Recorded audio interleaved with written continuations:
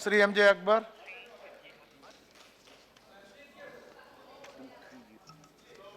Sir,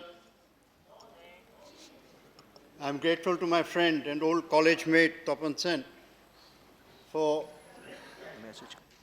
raising this issue, as well as for mentioning that there is atrocities against Dalits too. The most recent atrocity against Dalits, which has once again aflamed the nation, has been taking place in Kerala.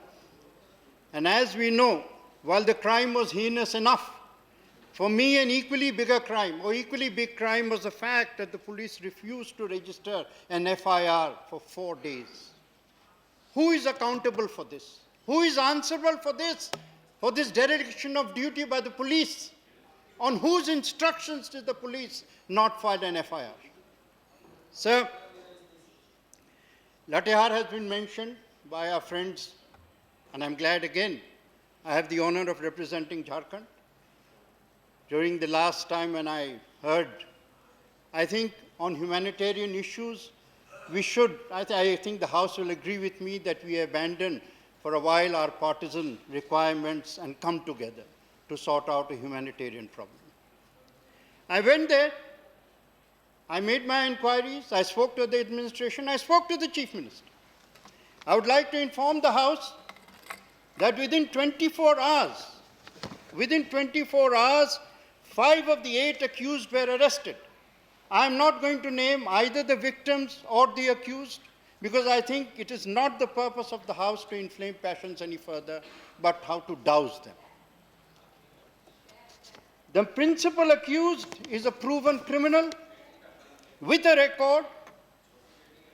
His history includes extortion. There is peace now in the area, action has been taken, police has been moved. But since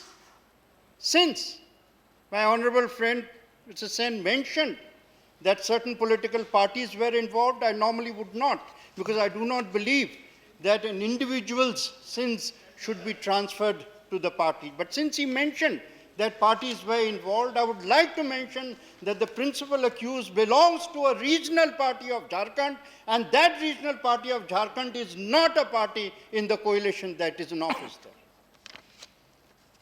I hope this clarifies the situation. Sir, if we have an opportunity to speak in this august House on a sensitive subject, this is a subject with a history of wounds. It has gone past. This intersect between politics and religion has cost us very deeply. I think perhaps I would request the House not merely to stand up in accusation, but also perhaps to use the opportunity to introspect. Why? Why are these things happening? Why have we not put this curse behind us? Why do these things occur? Sir, I can speak as a Muslim. I can speak as somebody who believes in Islam.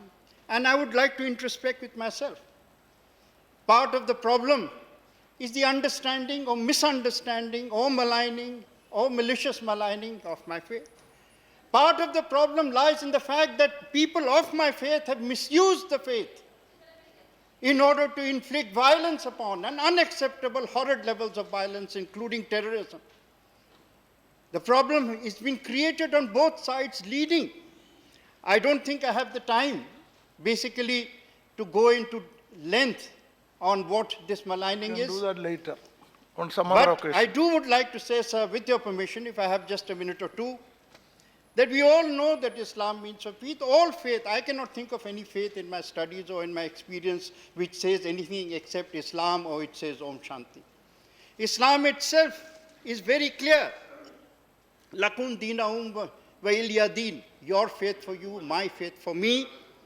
This is a perfect definition of secularism. It's from the Quran. La ikra fi al-deen. There is no compulsion in religion. These are the fundamentals of our faith. But those of us within the faith who have forgotten this, who have forgotten what Gandhiji reminded Muslims in Noakhali.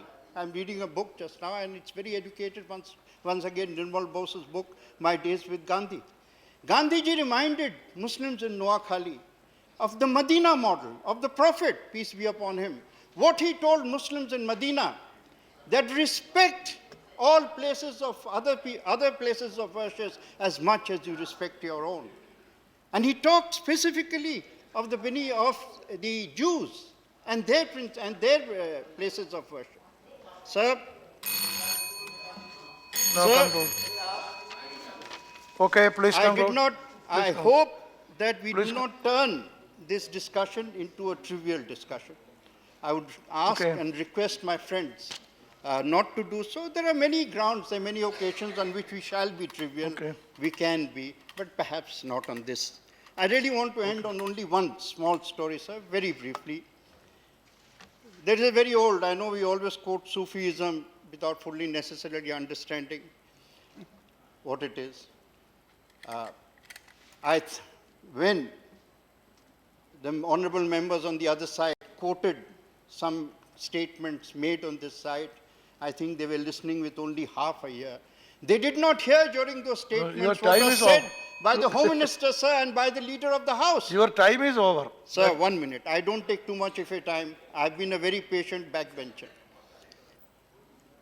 I would just like to end in a story. There is a very old Sufi saying which I commend to this house.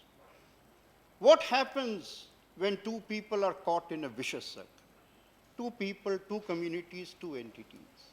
What do you do when you're trapped in a vicious circle?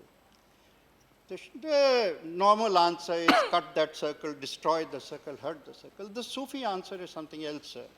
The Sufi answer is draw a much bigger circle around that vicious circle. And within that larger circle, Yes. you will find space for Okay. amity, communion. With that note- and that larger circle, sir, is Yeah. Indian nationalism. Yes, with that note we can. Yes, that is excellent. With that note we can. Good. Your larger circle is what is needed for us. I am with you.